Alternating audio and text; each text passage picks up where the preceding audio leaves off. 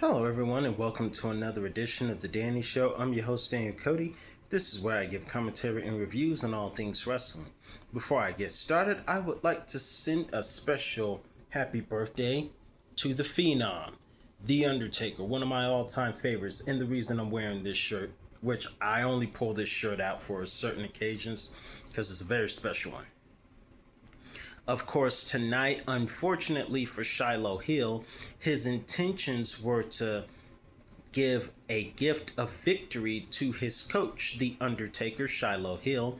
But we got the return of Johnny Gargano, who has been in a state of depression ever since Tommaso Ciampa left WWE for AEW, where he recently took on a man named Leon Rush, Leo Rush, who, by the way, Blackheart alter ego, that guy needs an exorcist.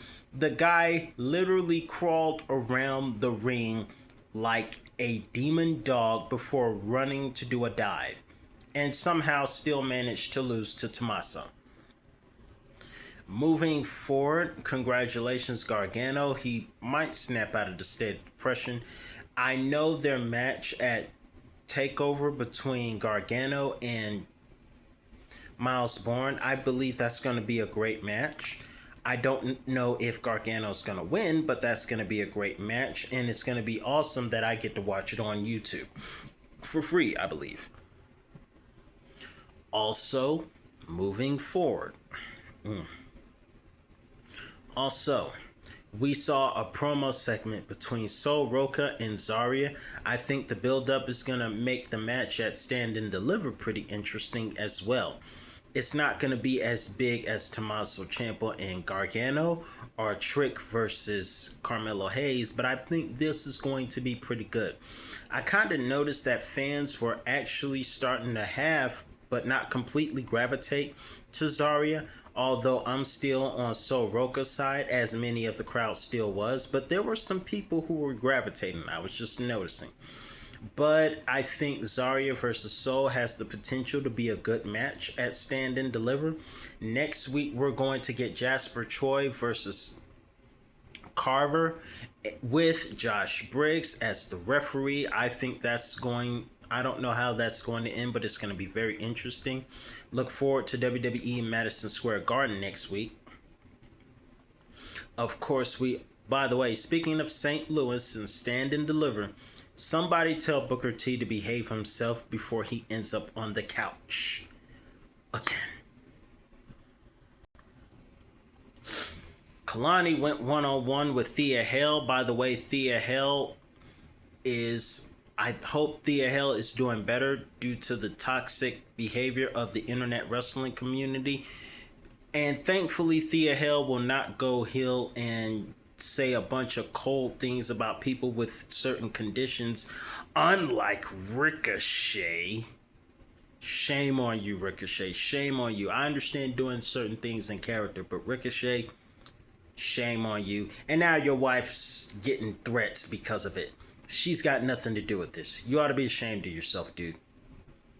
Picking on somebody for having a certain physical condition like multiple sclerosis. You should be ashamed of yourself. Going forward, moving on, we have Thea Hale versus Kalani Jordan.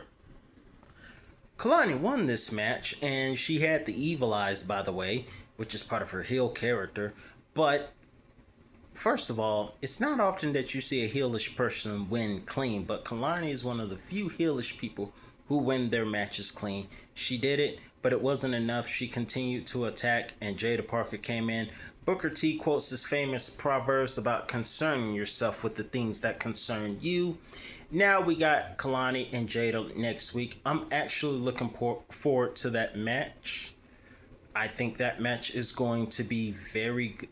I don't know if it's going to be good, but it's going to be enjoyable to watch because I think both of them is somewhere pretty cool, especially Parker. Everyone loves Parker for modest reasons. For me, it's for modest reasons. Of course, we have Blake Monroe is going to fight to actually try to get the North American Championship from Tatum Paxley after a cool hotel segment. I enjoyed that part. of course, Blake is not the champion. Tatum is. And in my opinion, Tatum is going to win next week against Blake Monroe. And due to the chaos of tonight's match between Tony D'Angelo and Ricky Saints, which Ethan Page ruined, it's going to be a fatal four-way match. But what I found very interesting is that when Joe Hendry threw out Ethan and Ricky and then went for a standing ovation chokeslam to Tony D'Angelo, it was interesting that as Joe Hendry was standing tall, Tony D'Angelo was smiling. What is with everyone smiling after they get knocked out? What is this weird trend? There's a couple of weird trends that have been going on lately. Everyone's talking about each other's families, and everyone is laughing when they get knocked out. I just don't know if everything should be a common pattern. I mean, one thing should happen here, one thing should happen here, but everything is happening in the same angles. It's just the same things being put into the same flavor in the same wings. One should be buffalo wings, one should be barbecue wings, one should be lemon pepper, but it's all the same flavor. I'm just saying, it's funny and interesting, to say the least. But let me know your thoughts in the comments below, what you thought about tonight's episode of NXT. I'm your host, Daniel Cody. That's all the time I have for you today. And be sure to check out my top 10 favorite WrestleMania matches of The Undertaker. See you next time, folks.